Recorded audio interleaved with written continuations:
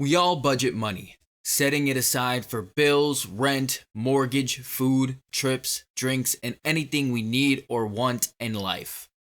Organizing currency is an essential part of a successful life, just as is the use of our time.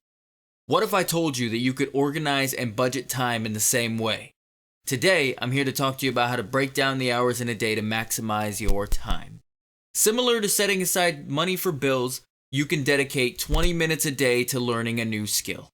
I'm going to explain how to look at the hours in a day as currency that you could spend on balancing your needs and wants. There are needs, such as going to work and sleeping, but there are wants, like personal and professional goals you have or the hobbies that you enjoy. By segmenting time into different sections of your life, you can fit 2 days worth of tasks into 1 day. Take it from me, as my entire adult life has involved working multiple jobs simultaneously.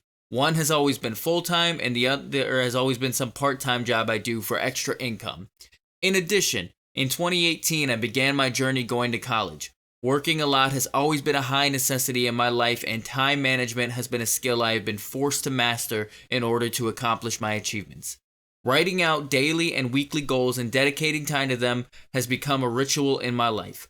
Crunching the numbers at the beginning of the week, figuring out what I can accomplish, and following through are all tactics in managing time. And over the years, I've learned that managing time is a lot like balancing a checkbook. Let me explain. The first thing to focus on when using this concept is to examine your average day. There are 24 hours in a day that we can budget with, and we can start by determining our daily needs.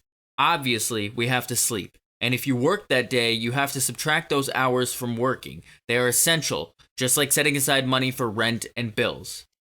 Now, you have dedicated 8 hours of sleep and 8 hours to work. Give yourself a 2-hour leeway for commutes, cooking, or just mentally preparing yourself to go into your job for the day. I think we've all experienced that sigh when we pull up to our place of employment and you just look at the building. After accounting for all that, you have about 6 hours of time to budget with. This is where you can allocate time for your wants or work on your personal goals. Don't be afraid to divide those 6 hours for different things.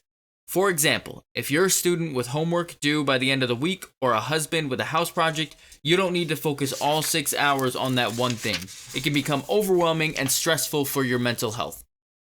Setting aside 2 hours for those goals is more manageable and increases your chance of accomplishing them. You can commit a few hours to a non-career related goal in your day, and then bam, you've come home from work and you've done something that you needed to do. This way you have your needs and your personal goals set aside for the day, with about 4 hours left to spare. You can cut that in half and set aside another 2 hours to make your future self a little happy. Set yourself up by doing something nice for yourself, like laying out clothes for the following day, cleaning up your living area a bit, preparing tomorrow's breakfast, or packing your lunch for the next work day. Give yourself an advancement for the future, and it will help de-stress you, leaving you glad that you did it. Finally, you'll have 2 hours left in a day, and they are crucial for maintaining consistency in your goals. On a daily basis, you should always set aside time for yourself and your mental health. Trust me, there have been times in my busy life where I have lacked giving myself time to decompress, and I can tell you from experience, it takes a toll on you. When you make time for yourself, make sure you use it. Go for a walk, listen to music, play a video game, watch a movie. Hug your friends, spend quality time with your loved ones. Do something you enjoy. I cannot express enough how important it is to have set aside time to not think about anything and give your brain a break. Plus, when you're stressed during the day, the break at the end of the day is something that you can look forward to. If you do this for a full 5-day work week or whatever your schedule might be, then by the end of the week, you have put 10 hours aside for homework or that house project. You have put 10 hours to make your life easier. And most importantly, you're giving yourself the breaks that you need and deserve. Doing all these on a consistent basis will create a routine in your life. And then you will begin to find comfort in knowing what your day is going to look like. Eventually, you will find dispensing time to certain prospects in your life becomes easier for you. Suddenly, balance becomes obtainable. Now that I've explained how to allocate your time to various wants and needs, let me elaborate on setting boundaries and disciplining your time to maximize your efforts. To master the art of time management, you must establish boundaries for yourself and others in your life, allowing you to accomplish your goals. This could be as simple as setting boundaries with your job. Inform your boss, who frequently asks you to work overtime, that you can only work a set amount of time per week so that you can budget accurately. Be excellent at your job and contribute to the company's success, but avoid sacrificing your life entirely for someone else's dreams. Ensure a healthy work-life balance by stating that you can only work a specific number of hours a week because you have commitments. If you're a valuable employee, they will most likely work with you. Setting boundaries can also involve prioritizing aspects of your life. Inform friends who frequently want to go out that you can't spend time with them because you have other responsibilities. Communicate that you are focused on your self-improvement during certain times and may have to limit availability for social activities. Let them know about your goals and that you need to work towards them. If they care about you in your future, they will understand and support you. On the flip side, it's essential to establish a healthy boundary for your personal goals. Understand that while putting time leads to progress, there's a point where you need to take a step back, breathe, and trust that things will get done. Budget time for mental breaks and set boundaries on tasks like homework, house project, and personal goals to ensure you maintain balance beyond your aspirations. Remember that you are more than just what you are working towards. You are a human being with physical wants and needs that must be incorporated into your schedule. For example, if you're a student with a lengthy paper due in a month, resist the temptation to rush it in a couple of days, as it can lead to extreme stress and resentment towards that task. Instead, set an achievable word goal, such as writing a page a day for the next 2 weeks and then editing as needed. This approach, especially for students, is a healthy way to be productive without overwhelming yourself, a boundary that aids progress without draining you. Now let's delve into the topic of motivation while dedicating time to different types of goals and discuss how you can maintain progress. It can be challenging to stay on track as you navigate through your week. You may feel tired after work, school, or just from the demands of daily life. Therefore, it's crucial to give yourself small rewards or recognize milestones to demonstrate progress, which, in turn, will motivate you to keep going. When your personal goals have a defined endpoint, tracking progress is straightforward. For instance, if your goal is to clean your garage or fix a leaky roof, the end goal is clear, and you can easily see the progress as it unfolds. In my case, one of my goals is to finish the book I'm working on. I set a target of writing at least half a page per week while attending classes. Over time, I've managed to produce about 4 chapters. Witnessing the story build up and observing clear progression with each completed chapter is motivating. However, if your goal requires ongoing maintenance, like going to the gym to lose weight or managing a second job or side hustle, occasional rewards may be necessary to sustain motivation. For example, if you enjoy hobbies like watching movies, you can establish discipline by telling yourself, if I dedicate the planned time to my personal goal today, I can watch a new movie during my dedicated time for myself. Similarly, this approach can be applied to treats. If you have a sweet tooth, consider rewarding yourself with a sweet treat at the end of the day if you've accomplished what you needed to do. Now, let me explain how I've allocated a certain amount of time to specific objectives and how I have done this in real time. I recently experienced the busiest school semester I've ever had. I worked 50 hours a week, took 3 classes, and completed a 4-hour observation day for professional development. Here's how I managed my time during my hectic weeks. I always started my weeks on a positive note. Either on late Sunday or on early Monday morning, I would list everything I need to accomplish that week. Then, on a separate piece of paper, I divided those goals across 5 or 6 days. During this process, I considered the reality of how much time I had on specific days. With 2 double shifts a week and a mandatory professional development hours, the days with these obstacles had less time currency to budget, limiting what I could do. Let me take you through an average week.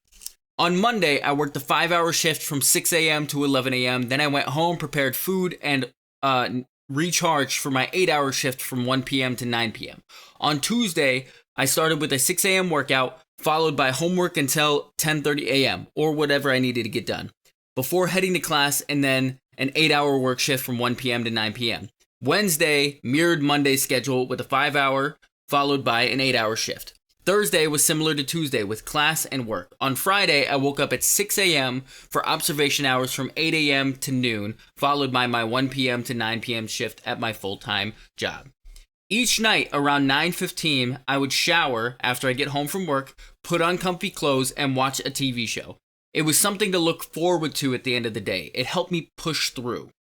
Now, you might wonder what I did during my weekends of my busy semester. I used that time to decompress after a long week and tended to less immediate needs in my life. I deep cleaned my living space, spent time at the gym for my physical health, caught up on sleep, prepped meals, etc. If absolutely necessary and I couldn't fit it anywhere else in that week, I would use that time for school projects or papers. However, I mainly utilized it as makeup time for sleep preparation and rest. Now, all of this might seem overwhelming, but with hard work and a time budget, you can achieve so much more in your day and in your week.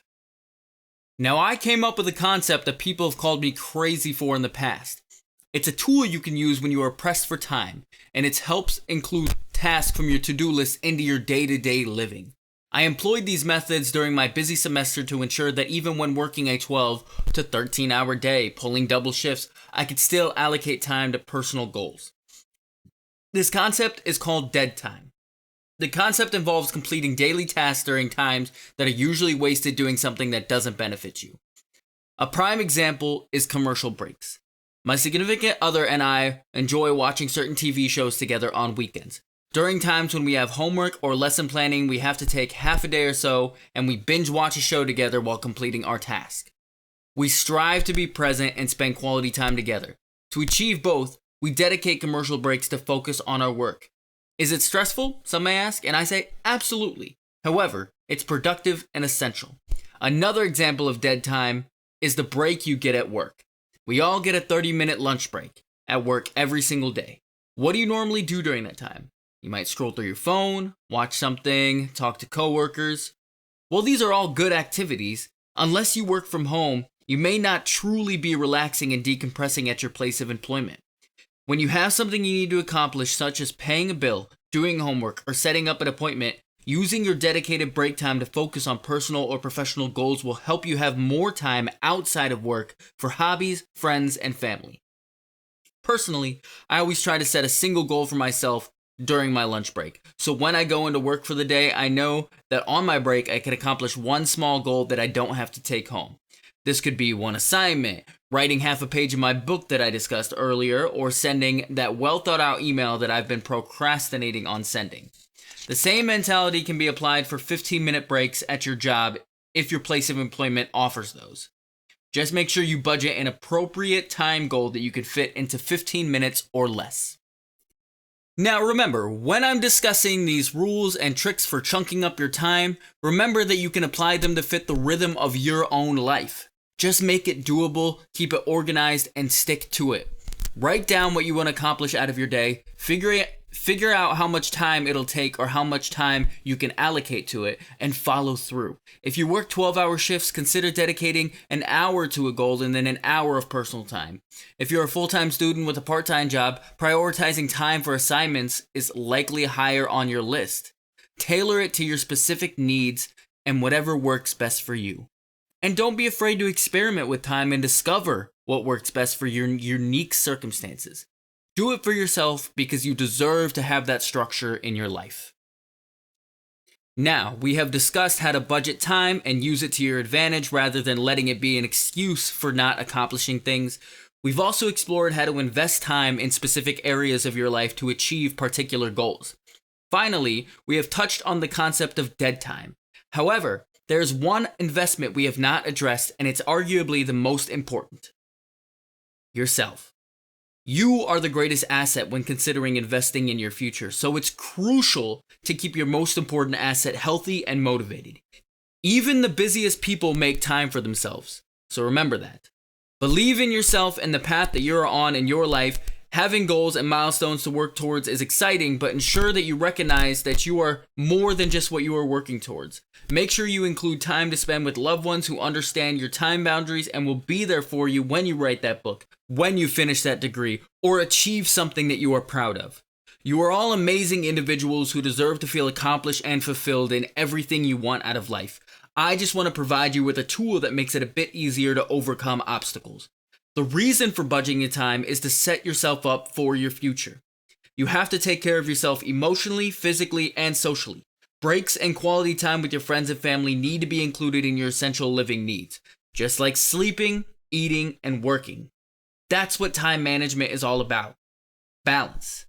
Striking a balance between excelling at your job and having a life outside of your career. Balance of quality time with the people who you enjoy and the time you need for yourself to meet targets. It's about finding equilibrium between your wants and your needs.